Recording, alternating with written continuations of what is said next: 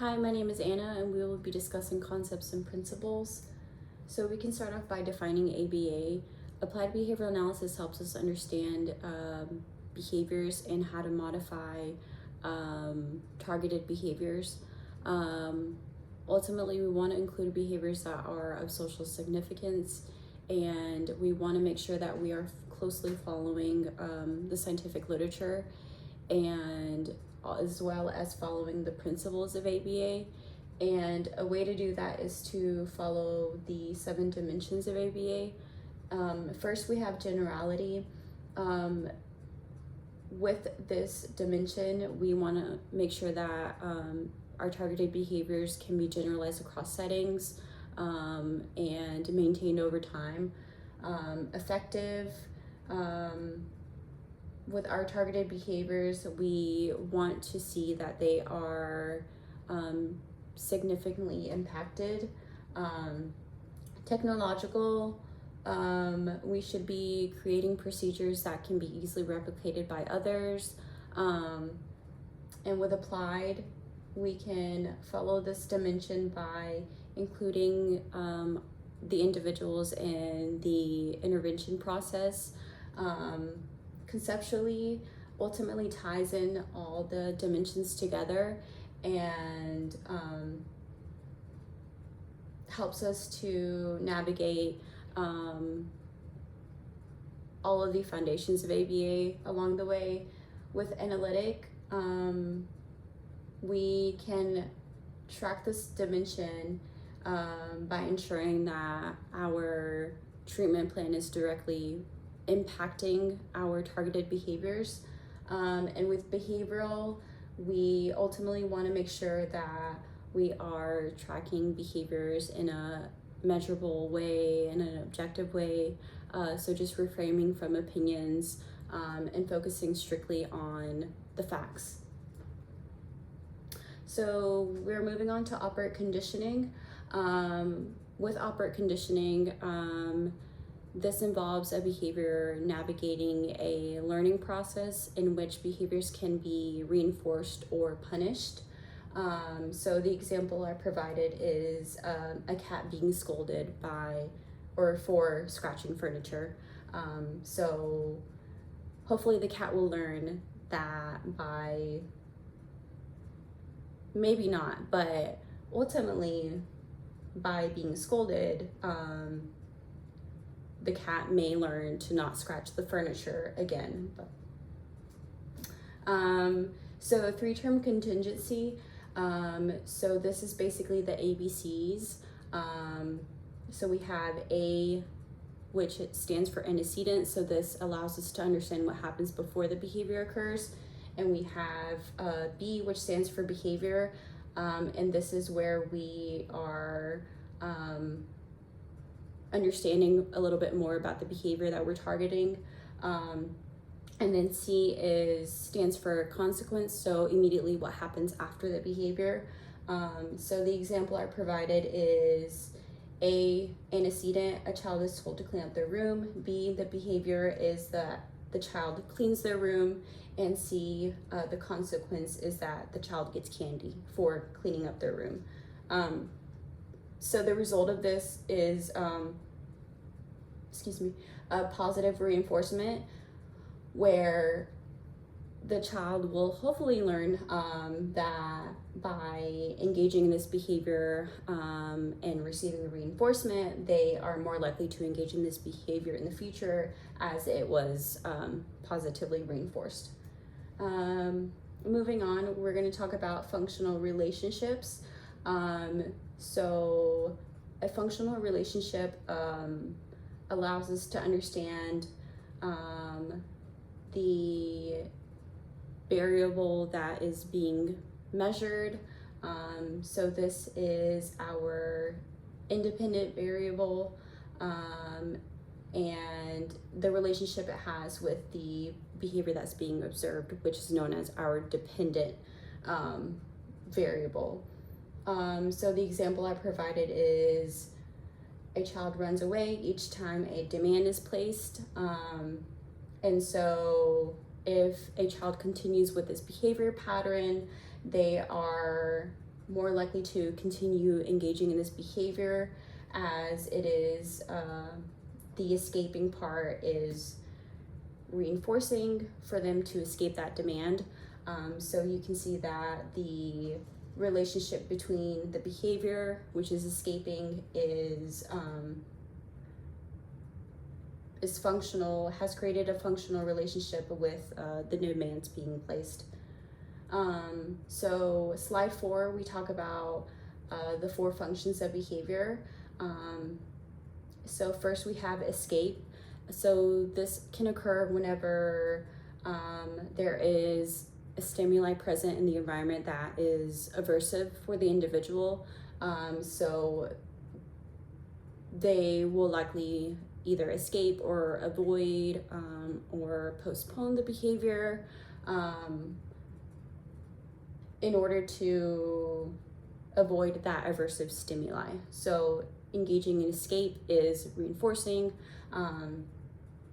And second, we have attention. So this is whenever behaviors are maintained by receiving some form of attention, whether it be negative or positive attention.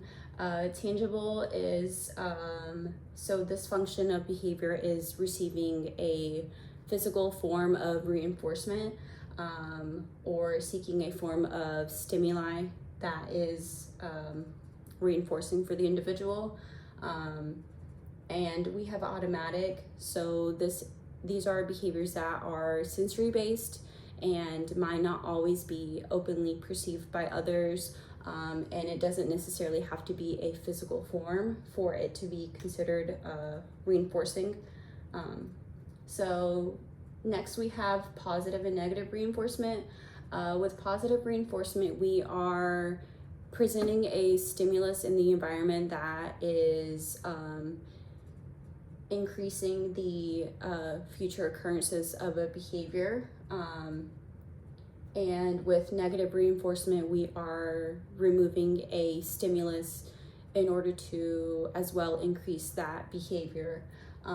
So an example of positive reinforcement, I included winning a prize after getting straight A's on a report card. And the example I provided for negative reinforcement is wearing a rain jacket when it's raining outside. Moving on. We have slide 7, positive and negative punishment.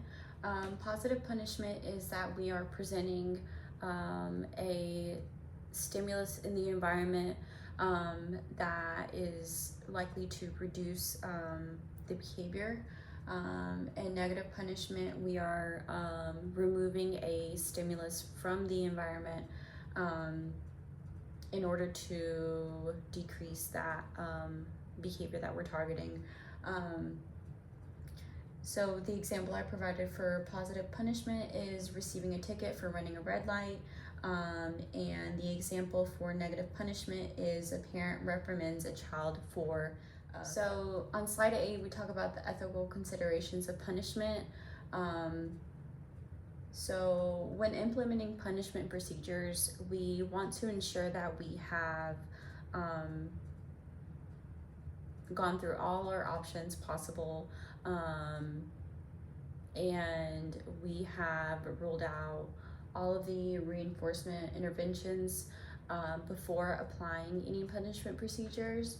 And if that is the case, we want to make sure that we are doing more good than harm. We want to always make sure that we are following our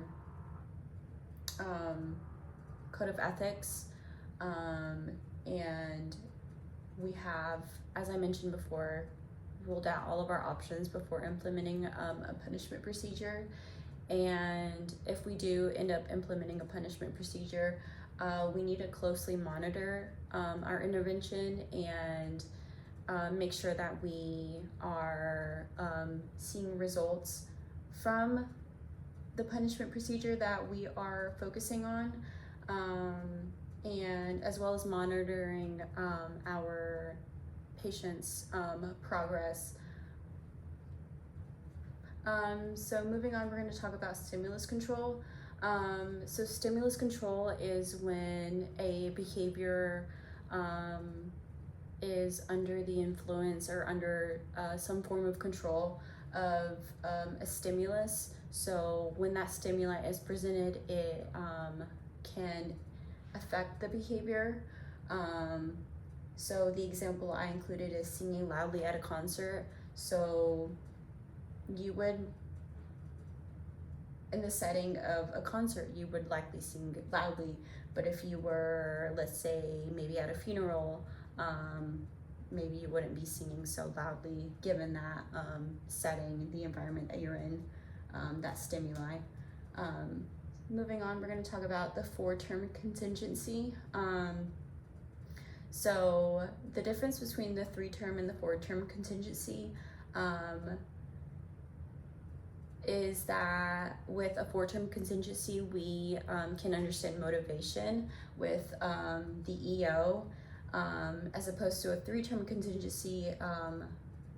It only allows us to understand what happens before the behavior and what happens after the behavior. And although these are present with a four-term contingency as well, we get better insight by understanding the motivation that the individual might or might not be in. So this, as I mentioned, is meaningful because it allows us to just get a better understanding of the behavior and the level of motivation that is present. So wrapping up, ultimately there wasn't a single topic or concept that stood out to me. I will say though that the most significant part of it all was just seeing the connections between all the material that we've covered. I think it's really interesting to know just how connected everything is and the significance behind it all. So whether we are tracking behaviors, like how to track behaviors, defining operations, and